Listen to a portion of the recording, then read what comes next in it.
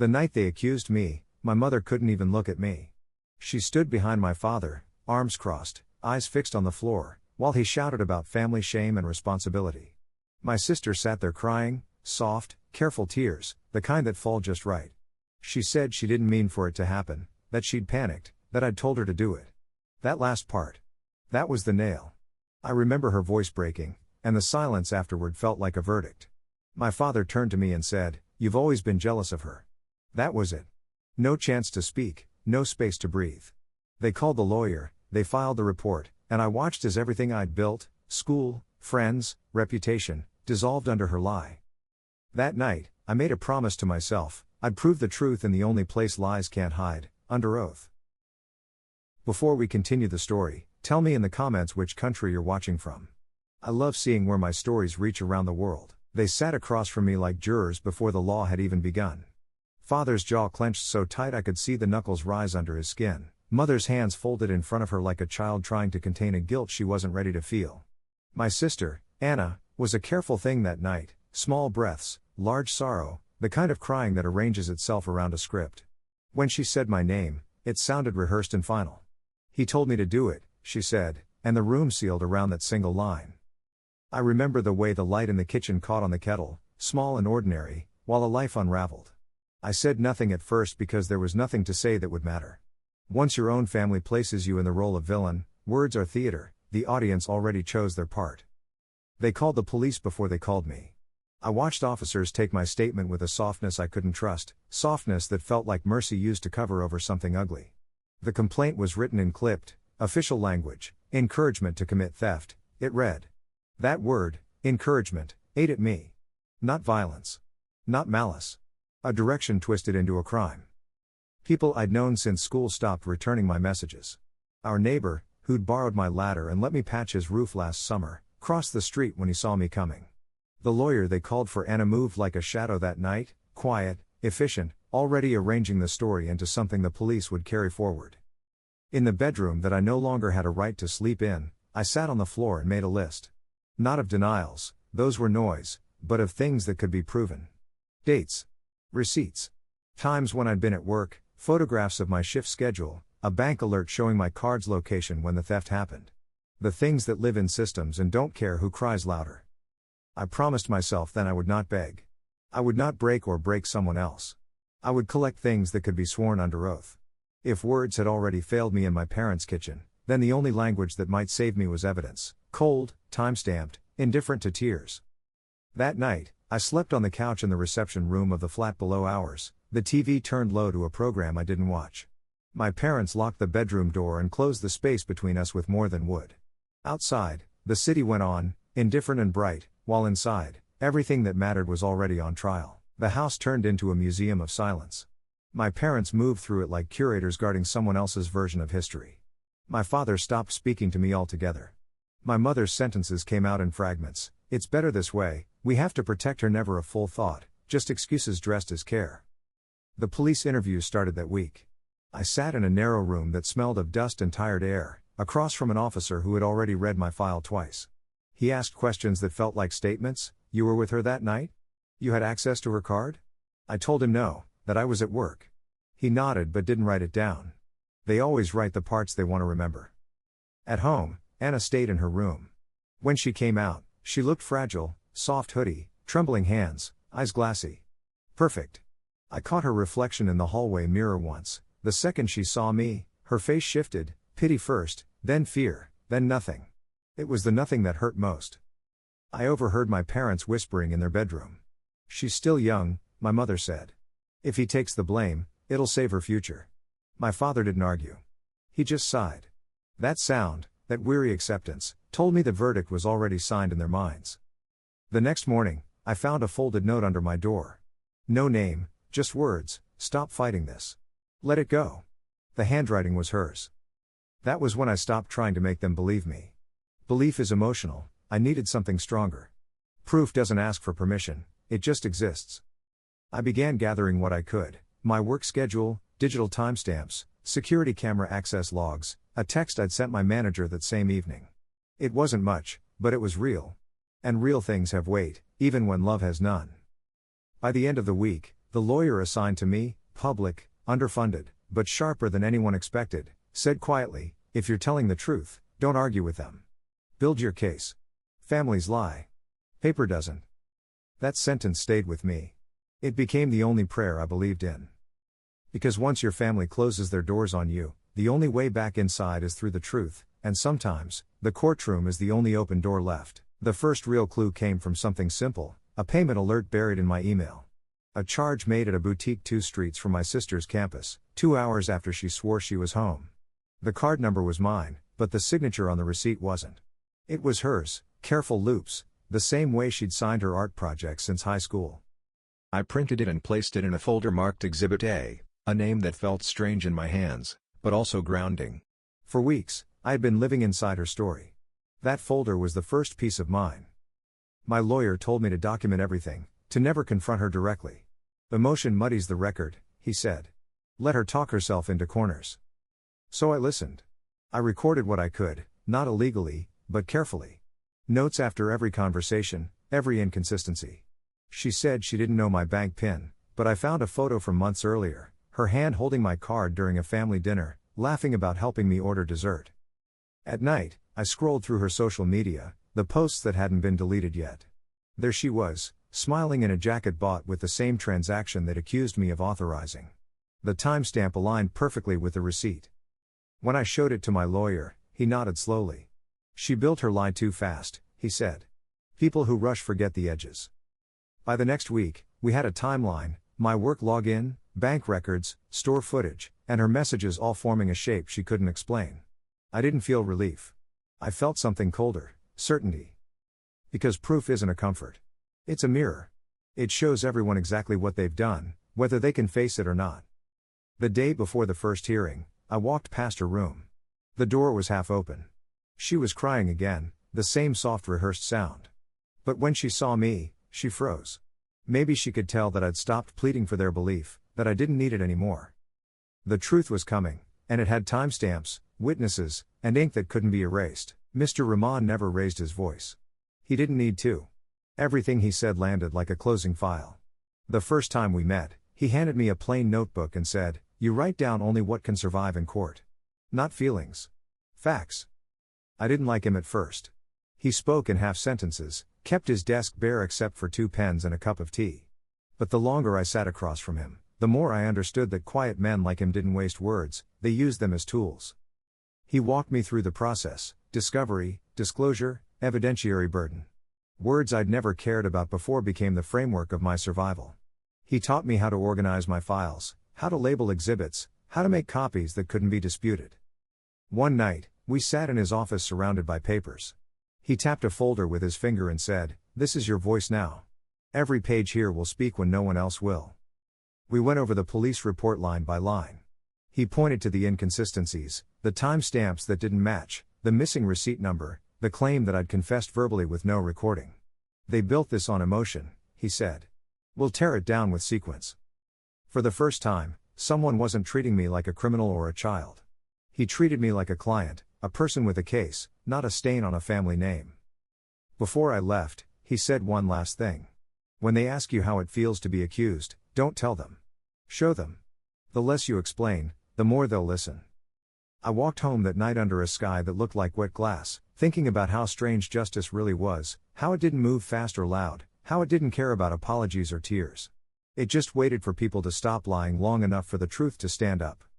And I knew, by the time this reached the courtroom, the truth would have legs. The first person who came forward wasn't someone close. It was the manager from my part-time job, the same shift I'd worked the night my sister said I was with her. He called my lawyer directly after receiving a request for employment verification. "We still have the time clock data," he said. He clocked in at 6:21 and out just after midnight. Never left the building. That small line on a digital record suddenly meant everything. It placed me 30 miles away from the scene, in a room filled with cameras and witnesses. Then came another message, this one from the store clerk where the stolen purchase had been made.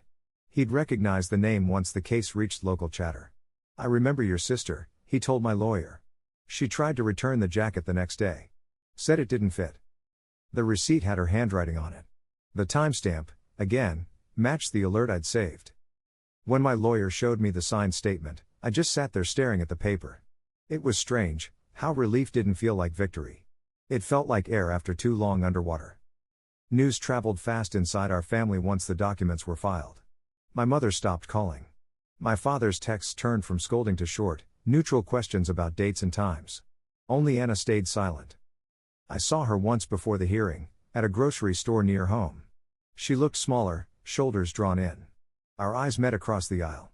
For a second, she almost smiled, as if we could rewind. Then she turned away, clutching a basket she didn't need. When I told Mr. Rahman, he nodded. She knows the walls are closing in, he said. Don't chase her. Let the evidence do the talking. By the end of that week, 3 people I hadn't even spoken to, a coworker, a security guard, a cashier, had all come forward with statements. Not because they cared about me personally, but because truth, when finally given shape, starts to attract the right kind of gravity. Every lie depends on silence. I was learning how to make silence work for me. The courthouse smelled like old paper and disinfectant, the kind of place where stories go to die or start over. I sat beside Mr. Rahman at a narrow wooden table, my hands folded the way he'd taught me, still, visible, never clenched. Across from us sat my sister, Anna, her lawyer whispering into her ear while she stared straight ahead. My parents were in the second row. My mother looked at me the way people look at someone they've already buried. My father wouldn't meet my eyes at all. The clerk called the case. The sound of that gavel striking once, it silenced every breath in me. When Anna took the stand, she spoke softly, her voice trembling in all the right places. She said she didn't want to get me in trouble, that she was pressured, that I had told her what to do. I could almost admire her performance. Years of being the favorite had taught her exactly how to sound fragile without looking dishonest. But then my lawyer began. His voice was calm, deliberate. Miss, he said, you've told the court that your brother instructed you to use his card? Yes, she whispered. He nodded, then lifted a printed sheet from his folder. And yet, on this receipt from the same evening, your signature appears on a purchase made while your brother was clocked in at his job, verified by his employer and building security logs. How do you explain that? The silence that followed felt endless. Even the judge looked up from his notes. Anna's mouth opened slightly, but no sound came out. Her lawyer reached for her arm, but the damage was already done. Mr. Rahman didn't press. He just let the paper sit there, the timestamp glowing under the courtroom lights. No further questions, he said. When it was my turn, I told the truth, not as defense, but as sequence. Where I was, what time I left work, the messages, the records. Facts lined up like stepping stones. I didn't look at my parents until the end, when the judge adjourned for the day. My mother's eyes were red. My father's hands were shaking. Outside, the air felt different. Lighter. But I didn't mistake it for freedom. The trial wasn't over, the truth just had its first day in sunlight. And sunlight, I'd learned, doesn't care who it blinds. By the second hearing, the courtroom didn't feel like a place of fear anymore, it felt like arithmetic. Every lie had a number, every contradiction a timestamp. My lawyer told me not to smile, not to gloat. The truth doesn't need an audience, he said. Just witnesses. Anna took the stand again, her hands tight around a tissue she hadn't used. The prosecutor began the cross-examination slowly, almost kindly. You mentioned your brother instructed you to use his card, she said. Did you receive that instruction in person, or by phone? Anna hesitated. By phone, she said. Do you still have that message? No, she whispered. The prosecutor nodded. Because the phone records show no calls or texts between you two for 3 days before the incident. Are you sure it was by phone? A pause. Her eyes flickered to our parents, then down at her hands. It must have been in person, then. In person? The prosecutor leaned closer. At what time? Her breathing quickened. I don't remember exactly. But you testified earlier that you were home that evening, the prosecutor said, sliding a document forward. And your brother's workplace records place him 28 miles away at that exact time. Do you see the problem? Anna didn't answer. Her lawyer reached for her arm again. The judge's voice cut through the silence. Miss, please respond to the question. She swallowed hard. Maybe I got the date wrong, she said. Or maybe, the prosecutor said quietly, you got the story wrong. A ripple went through the room. Even my father shifted uncomfortably, like a man realizing the ground beneath him wasn't solid anymore. When it was over, Anna stepped down from the stand without looking at me. The tissue she'd been holding was still perfectly dry. Outside the courtroom, My lawyer exhaled for the first time that day. She's unraveling, he said. All we have to do now is keep the record clean. But I didn't feel triumph. What I felt was smaller, quieter, the sound of something collapsing that had stood my entire life, the idea that family and truth were the same thing. They weren't. And now the court knew it too. 2 days before the next session, Mr. Rahman called me into his office. He didn't sound excited, he sounded certain. That tone always meant something had changed. When I arrived, a flash drive was waiting on his desk, sealed in a clear plastic bag. The store's security system keeps backups on a cloud server, he said. Police finally retrieved the footage. I watched the screen without breathing. The camera angle caught everything: a quiet shop, the reflection of the streetlight in the glass, and my sister walking to the counter with my card in her hand. She wasn't nervous or scared. She was chatting with the clerk, laughing a little, signing her name. Then she left. 2 minutes later, the timestamp blinked, the same moment my keycard showed me entering work across town. That single frame of footage weighed more than every word spoken since this began. We printed stills, burned discs, signed the chain of custody forms. Once this enters evidence, Mr. Rahman said, it stops being your story. It becomes fact. In court, the judge watched the footage in silence. No one moved. My mother covered her mouth. My father's shoulders folded in on themselves, like something in him had gone slack. Anna kept her eyes on the floor. When the clip ended, the prosecutor said only, the state rests. Mr. Rahman didn't add anything.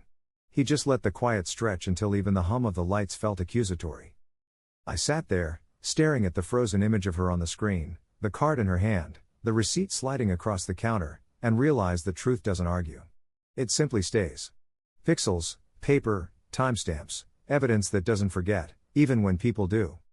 Outside afterward, the wind smelled like rain. Reporters were waiting by the steps, but I walked past them. For the first time, I didn't have to explain myself. The proof was already speaking, louder and cleaner than I ever could. The courtroom was colder that morning. The ceiling lights hummed, the sound of papers rustling carried like a clock counting down. I sat in the front row beside Mr. Rahman. Across the aisle, Anna and her lawyer whispered, heads close together, while my parents sat behind her, pale, still, pretending not to exist. When the judge entered, everyone rose. His voice was steady, stripped of drama. After reviewing the evidence submitted, financial records, surveillance footage, employment verification, and testimony, it is the finding of this court that the defendant is not guilty. The words hit with no echo. Just clean, final air. Mr. Rahman nodded once, eyes forward. That's it, he said quietly. You're done. I didn't stand right away. My knees wouldn't move. For so long I'd rehearsed what this moment would feel like, the apology, the vindication, but when it finally arrived, it was hollow. The court clerk's pen scratching the final signature sounded louder than anything else. The judge continued, reading the addendum I hadn't expected. Evidence indicates another party may have made false statements in connection with this case. The matter will be referred for review. That line broke something open. My mother gasped. Anna's lawyer leaned forward, whispering furiously. Anna's face drained of color. When we left the courtroom, the reporters were waiting again. Questions fired from every direction, cameras flashing like small explosions. I kept walking. My father caught up halfway down the steps. For a second, it looked like he might say something. Instead, he lowered his eyes. I didn't know, he murmured. I told you, I said. Then I walked past him, the noise behind me fading into a dull roar.